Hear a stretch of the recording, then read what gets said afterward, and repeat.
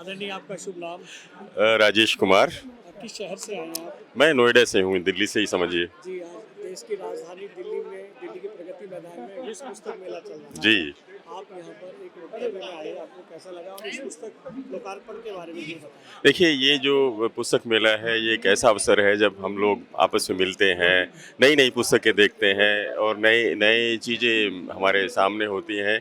और आज जो कार्यक्रम था वो अद्विक प्रकाशन की ओर से था, जिसमें उनका एक बिल्कुल ही अद्वितीय, अनन्य जो प्रकाशन है, जो उनकी सीरीज़ है संस्मरण पर, उस पर उन्होंने कार्य किया है, जिसमें 12 लेखकों ने अपने-अपने संस्मरण तैयार किए हैं, प्रकाशित हुए हैं। बहुत नए ढंग से, अच्छे ढंग से और बहुत ही सुरुचिपूर्ण ढंग से इसको तैयार किया गया है। इसके लिए अद्विक प्रकाशन, उनके जो प्रबंध निदेशक हैं अशोक गुप्ता जी, स्वाति जी जो उनकी निदेशक हैं प्रकाशन की, उन सबको बहुत बधाई। राजेश जी, हम ये भी जानना चाहेंगे कि हमारे जो बच्चे हैं, जो हमारे युवा हैं, वो साहित्य से या हिंदी भाषा से दूर हो रहे हैं, वो डिजिटल में जा रहे हैं। उसके बावजूद भी हम विभाग के रूप में अपने बच्चों को इस तरह के विश्व पुस्तक मेले में शामिल नहीं करते।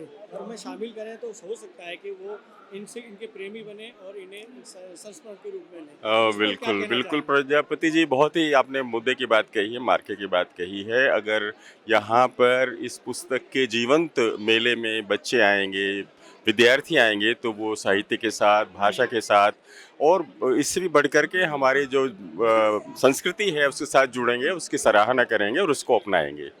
और हिंदी के प्रचार के लिए या साहित्य के प्रचार के लिए हम क्या कर सकते हैं, सरकारें और क्या कर सकती हैं? देखिए, बहुत बड़ी बात ये है कि सरकार इसको अपने हाथ में ले, जो प्रकाशन है उनको सस्ता करे, उनको अच्छा बनाए, तरह-तरह की बातें जो विद्यार्थियों के, बच्चों के और बड़े लोगों के भी जो पसंद के विषय हैं, उन पर रचनाएँ हों, सेमिनार हो, चर्चा हो और जो उनका शिक्षा में, स्कूल में जो पाठ्यक्रम है, उसमें भी कुछ ऐसा हो कि वो उस पर अंक मिले, उसको आगे उनके जो उनका पढ़ाई है उसमें उसमें मदद मिले, तो इससे इनके पाठ्यक्रम में ही ये शामिल हो सकेगा और वो इसको बहुत अच्छी तरह से गहरे ढंग से अपना सकेंगे। जिस तरह से Hindustan digital India, digital Bharat, digital Hindustan हो रहा है, उस स्थिति में क्या ये जो प्रिंट की पुस्तकें हैं, जिसमें हमारे पुस्तकों के कुंभ में देखे जा रहे हैं, क्या उनको पहले की तरह मान्यता या सम्मान मिल पाएगा?